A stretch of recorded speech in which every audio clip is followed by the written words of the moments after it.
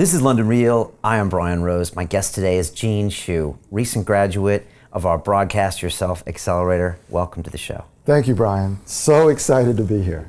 I'm in the chair. You are, man. I'm in the chair. Legendary. Yeah, I've seen this picture on video so many times, you in the suit, and now I'm live, so this is surreal. It's great having you here. Yeah. Tell the people a bit about you. Where are you from? What do you do? Well, I was born in Atlanta, Georgia. For the global audience, that's the southern city in the south of the United States. And I grew up in a time when there were very few Asians.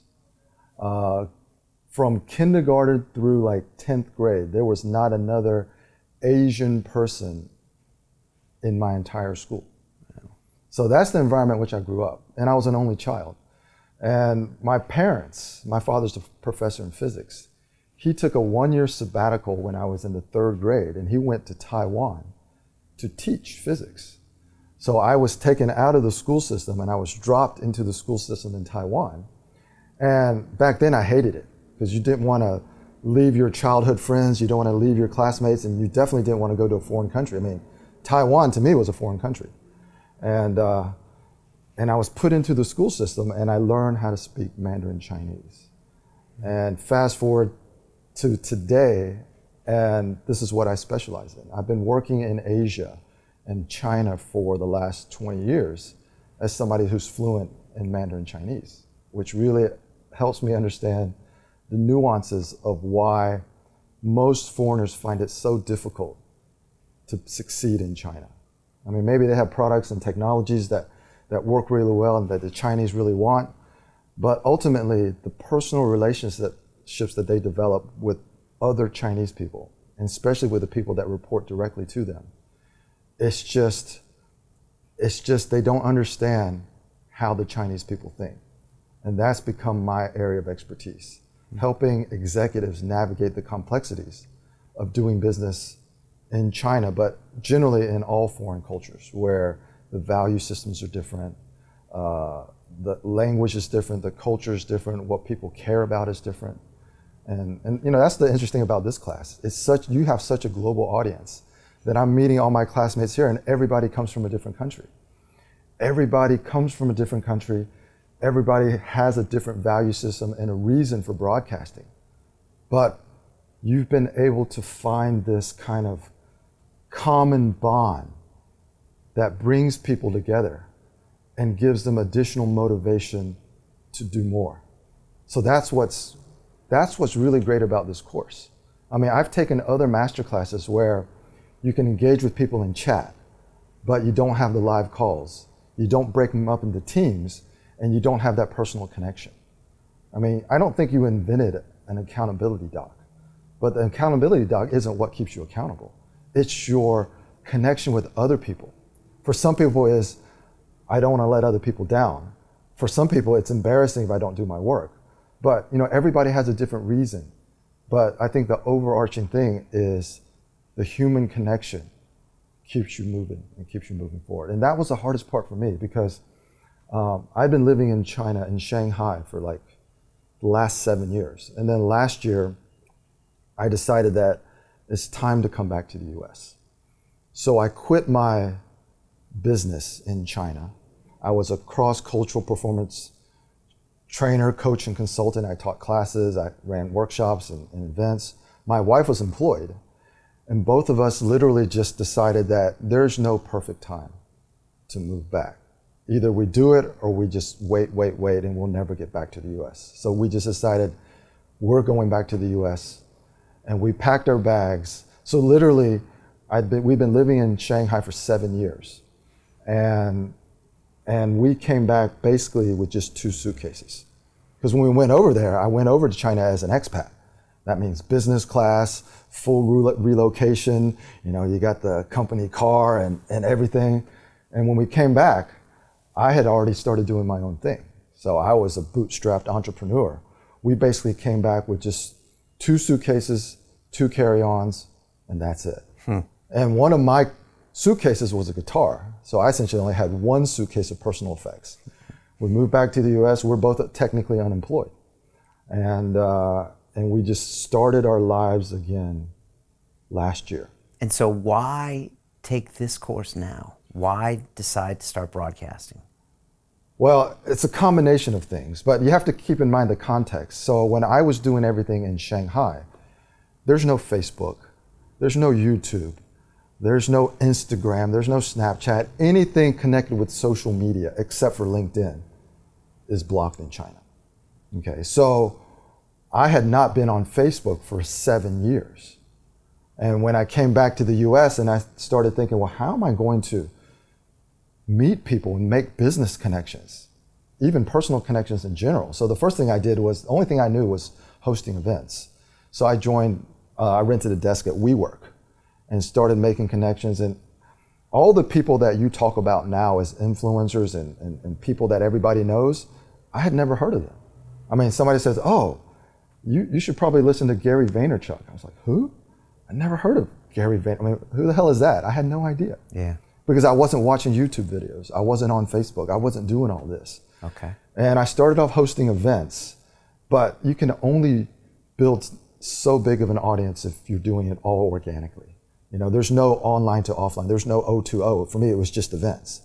It worked pretty well in Shanghai because you have 30 million people in a small space, and I had marketing people that were doing promotions on WeChat and the Chinese social media. So we grew pretty well organically. We grew to like 9,000 members. We hosted over 200 events in like 3 years, which wasn't bad. But I wasn't able to monetize anything because events really, you don't make money with events. You just, for me, I had the long-term view. Right. So I was trying to build an audience, but doing it without social media, doing it without a digital marketing program, doing it without an email list, it's almost impossible. Very hard. And so why join our Broadcast Yourself course? So it was the logical next step. So I was already starting to do some stuff with YouTube.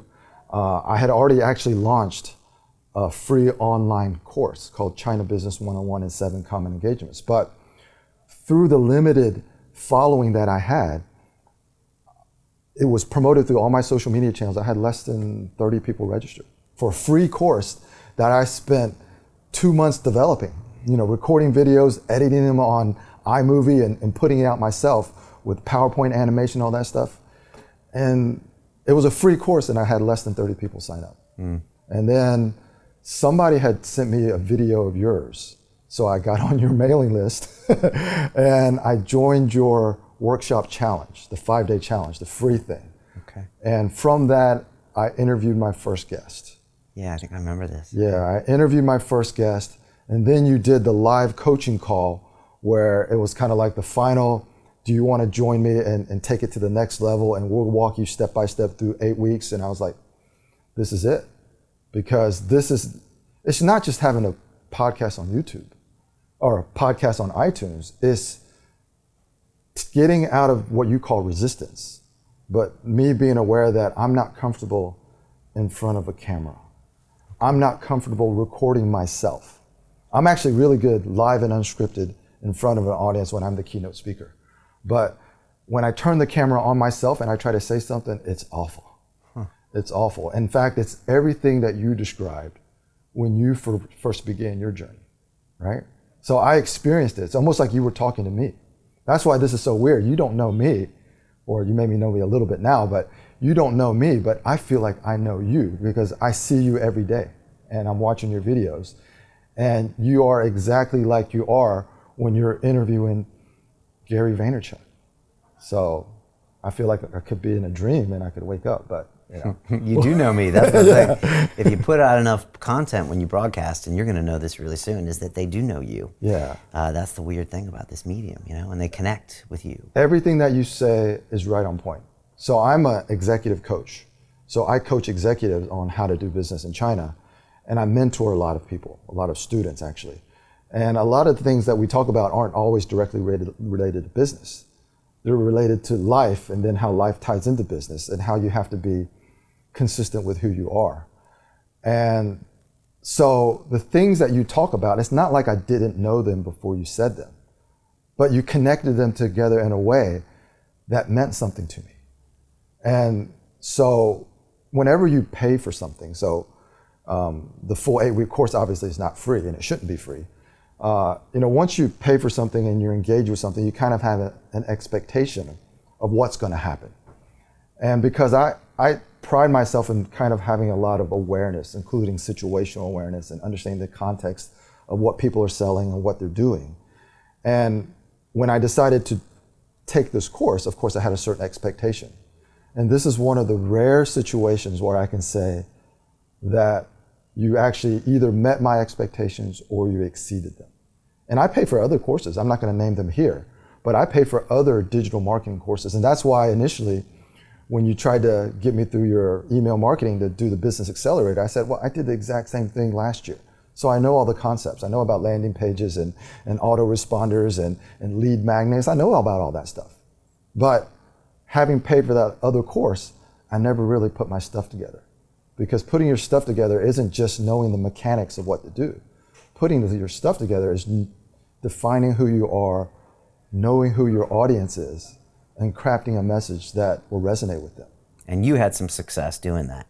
And I remember you telling the whole call a couple times about this amazing conversation you had with one of your guests who had traveled into town, and you got an amazing result out of that. Tell me, how was it when you actually got on the ground and the rubber hit the road and you were out there broadcasting? Well, that's exactly it. So when we do business in China, we talk about generally being humble and low key. So that's kind of become my natural personality. So I don't like to really be out there. And it's almost like it's better if you come to me and you want to do something with me as me trying to sell you. Once I got published on iTunes and I had something of value to offer a potential guest, and I started going through my 25 target people and I started emailing them, it was really surprising that almost everybody responded. And almost everybody said yes, even though it wasn't right away. It was like, maybe I'll have some time in June, which is perfect. Because when I first contacted them, I wasn't as polished as I am now. And I can only imagine, it's like you said, I have 11 episodes now, but by the time I have 100 episodes, I can't imagine how polished I'm going to be and how many guests I'm going to be able to attract. But yeah, it truly is opening doors for people who know where they want to go. So I've always known exactly where I want to go when I quit my job, stopped being an employee, and started becoming an entrepreneur. I always knew where I wanted to go. And I had the wrong balance. So I talk about balance. So my balance was not going for money, being authentic, and not worrying about revenue and building the audience first. But the way that I was doing it, it was just too slow. I couldn't reach anybody by just hosting events. Yeah. And basically the missing piece, well, there's a lot of missing pieces, but the first piece is like the beachhead. The beachhead was the London Real Academy Broadcast Yourself Network. Landing on this beachhead that you've created has really opened the door for what I'm going to do next. And I'm always eternally positive and optimistic because I think that mindset is really important for business, especially if you want to attract partners and guests and stuff like that.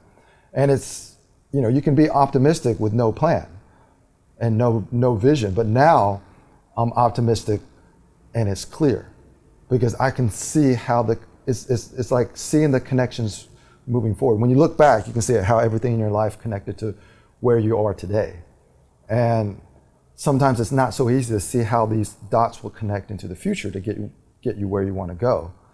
And this experience is kind of like setting me on a new journey. I mean, you talk about journeys all the time. I mean, this is it's like a fork in the road. I met Brian Rhodes in the London Real Academy, and then suddenly I'm on this new journey. And the possibilities are unlimited. I mean, just the people that I'm meeting here, we're forming our own tribe because the teams are going to have monthly meetings, and I've been selected as a team leader, so I'm going all in on leading this group that I've spent 8 weeks with to deliver value to them so we can help each other on this journey. I call it JTS. Our new tribe is called JTS, Journey Towards Success. I love it. And that is what we're going to do. And what are these people like? How would you describe them to other people? And this people on my team? Yeah, the whole community, the whole London Real Academy that went with you on the Broadcast Yourself. Well, it's just amazing that you can tell that when people join the course, everybody kind of has an idea of what they want to do, but 90% of the people, I would say, don't really know. They don't know what their mission in life and business is. And they just think that this could be something that is an integral part of the next step in whatever they want to do, their professional careers, their entrepreneurial careers, their business, or whatever. And they all come in with different expectations. And they all come in with different types of resistance. Like some people who came into the course, they were really skilled at digital marketing, so they didn't have any technical resistance. But it's not enough. Just to be able to know how to do it isn't enough.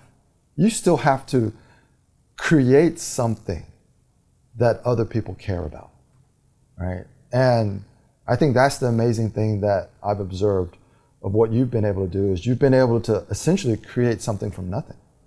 I mean, you've built an audience that has nothing to do with your original jiu-jitsu, right?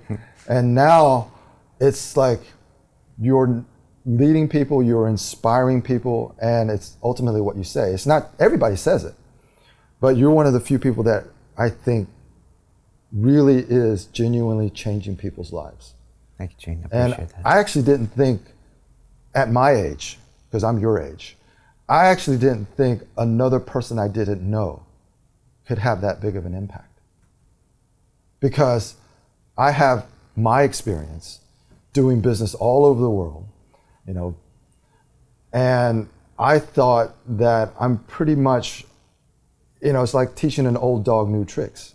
You know, I'm pretty set in my mindset, even though I'm open-minded to new things. But I pretty much think I know how things work. But what I added on top of that is a level of awareness that it doesn't matter how much I know. There is always something that I need from someone else. And Brian Rose and the London Real Academy just happened to be, it's almost like serendipity. It was like, I discovered you at the perfect time. You know, if I would have discovered you when I first came back to the US, I probably would have ignored it. Yeah, it would have been too soon. Yeah. What did you struggle with on the course? What was hard? And that's just what I tell other people on my team, is the course itself for me wasn't that difficult, okay?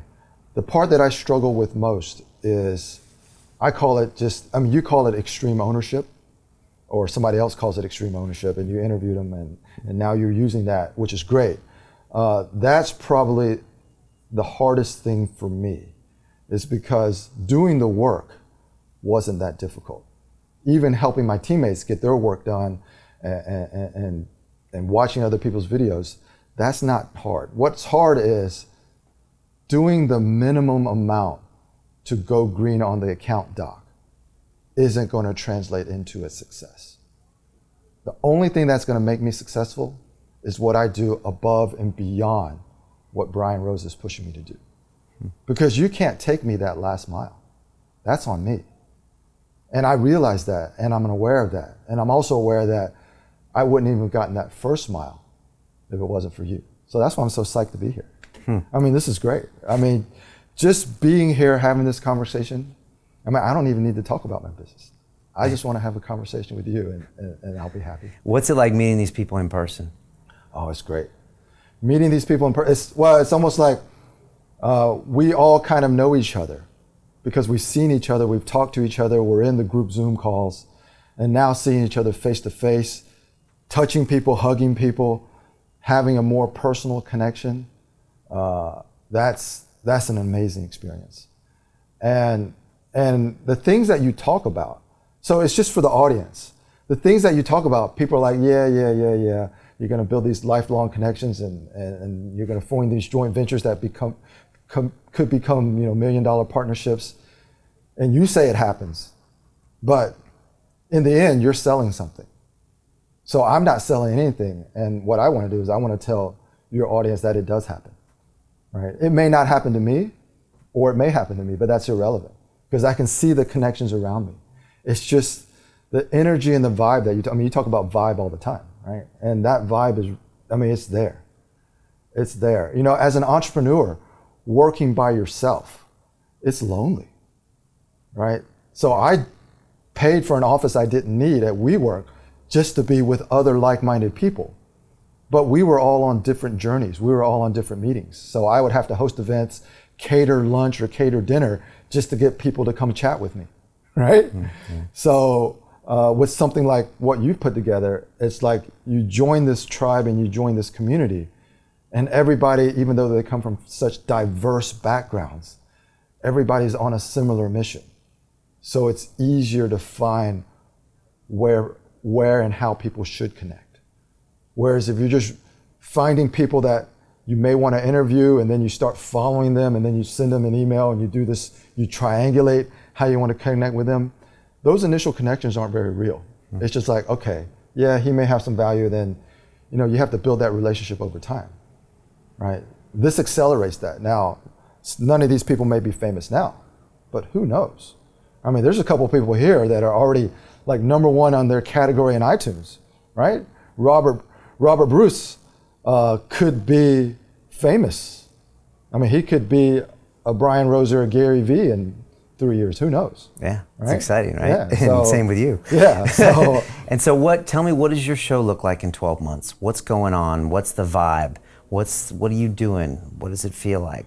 Well, one of the things that I discovered, so I'm going to keep on doing shows and interviewing people because that's great for building relationships, having a platform of value that you can offer to other people. So obviously, I'm going to get better at that. One of the things that I've decided recently is my podcast used to just be called the China Leadership Dilemma Podcast. And I would make these promotional images that would get repurposed. They would go out to my YouTube channel, stuff like that. But it never mentioned me because I wanted to make the show about my guests. So even when I promoted it and when I did the introduction, hey, welcome to the China Leadership Dilemma Podcast, I didn't even say my name, right? And sounds like me. Yeah, so what I've decided that since I am an influencer and thought leader in my niche, that's what I need to start branding. Good. So now I'm going to start introducing myself as Gene Hsu and start really focusing on the value that I can deliver. So this is why this is great, because one of the things that I always also realized is it's a more interesting show when I am being interviewed. And for my audience, the things that I talk about when other people are interviewing me is much more valuable for them, right? So through this thing, when you talk about joint ventures, I've been on 8 podcasts already. And now I have enough content for the next 3 to 6 months, because now it's chopping it up, right? It's chopping up the content. When I get asked certain questions, I can talk about something that's related to what I do or what I help people do in China, nice. Right? And now I'm just chopping it up, repurposing it, and then I can send out these shorter clips on iTunes, on YouTube, and stuff like that. So, yeah, it's I have enough content to last me 6 months now. You're on fire, Gene. Yeah. How has Gene himself changed? Like if we walked out on the street right now and bumped into the Gene that hadn't taken this course, how is that guy different than the one I'm talking to now? Well, I try to be pretty consistent, and I try to keep the highs not so high and the lows not too low. So the only thing that I would say is different is when people used to, when I had to introduce myself, it's like, what do you do? I said, well, I'm a China business advisor and consultant. Now, I just say, I'm a broadcaster. And they said, what do you mean? I said, well, I launched a podcast on iTunes, so now I'm a broadcaster. And then that's kind of like the icebreaker that gets into the conversation. So what's your podcast about? So instead of saying, I'm a China business advisor and consultant, I help leaders develop these essential soft skills to navigate the complexities of doing business in China, I just now say, well, I'm a podcaster or I'm a broadcaster. And then once I explain what my podcast is, then they know what I do. And it's a better way of selling yourself without selling yourself, right? Because it's people asking you, well, what's that? Instead of you saying, this is what I am, this is what I do. Yeah. So that's all. I didn't realize that.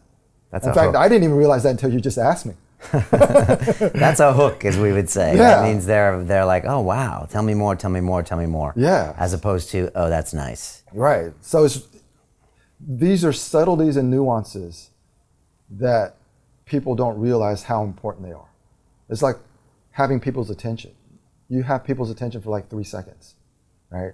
And if the first thing that comes out of your mouth is appears that you're trying to sell something or market yourself, then you're going to lose 90% of the attention right off the bat, right? But now I just say, well, I'm a broadcaster. Then I have at least another 10 seconds of attention, which is awesome. That's what it's all about. To someone who's watching us, who's on the fence, doesn't know whether they should join this course or not, what would you tell them? Well, that's an obvious answer. But the way that I would really answer that question is, before you just, before you get sold on all these things that we're talking about, I always tell people that you really have to find out, is this for you? Which means you have to go deeper, right? So I advise and mentor a lot of people to begin with. And for people who are at a certain stage, whether it's in their entrepreneurial careers or building a following or becoming a thought leader or becoming an influencer, absolutely, I've recommended your course to a lot of people already. Oh, wow. But my real honest advice would be, you really have to understand how this fits into who you are, right? Because before you do anything, you have to know who you are and where you want to go, right? So for me, it was easy to pull the trigger because my orientation is clear. London Real didn't change my destination. It just helped me get there faster. And if you're in that similar situation, it's definitely, well, the thing is, you have so much free stuff, right? Just do one of Brian's free workshops or free challenges. Get a taste of it. And once you get a taste of it, and you open your mind to the possibilities of not just what you're going to learn, but what you're going to experience, then I think you'll find that it's definitely worth the time. I mean, it's not even the money. It's really the time, right? You're asking for a lot of my time. I charge $500 an hour for coaching, right? So I actually paid you more in time than I paid you in money, right? But in the macro, it was one of the best investments that I made since coming back to the U.S. Gene, it was amazing having you on this course. I look forward to talking with you, and I still remember this epic conversation we had about that interview that you had with someone that, he'd come in, he was jet lagged and all this, and you just made it happen, and it just looked like it changed your life. It looked like you had this incredible human connection, business connection, I don't know, beautiful moment, and it was the epitome of what we're trying to teach here, for people to cherish those things. And it was just great, and I loved having your energy on this course, and everybody else did. And so, and I really appreciate you telling me feedback as far as what it's like to experience it from someone like you who's been around the block. Yes. Done business in all of these places. And also in your situation, where you're coming back to America, trying to find the thing that can accelerate you to where you're going to go. And, absolutely. And this is such a great fit for you, and I'm so glad we found you, Well, I mean, it's obviously mutual. And like you always said, the journey's just begun, right? And I think you've given me a great step forward to ultimately reach where I want to get to. And I want to thank you. So this has been awesome. It's my pleasure, man. Let's do some big things, shall we? All right. All right, Gene. Sounds Thanks great. so much, sir. Thanks, Brian. All right, man. Good. All right.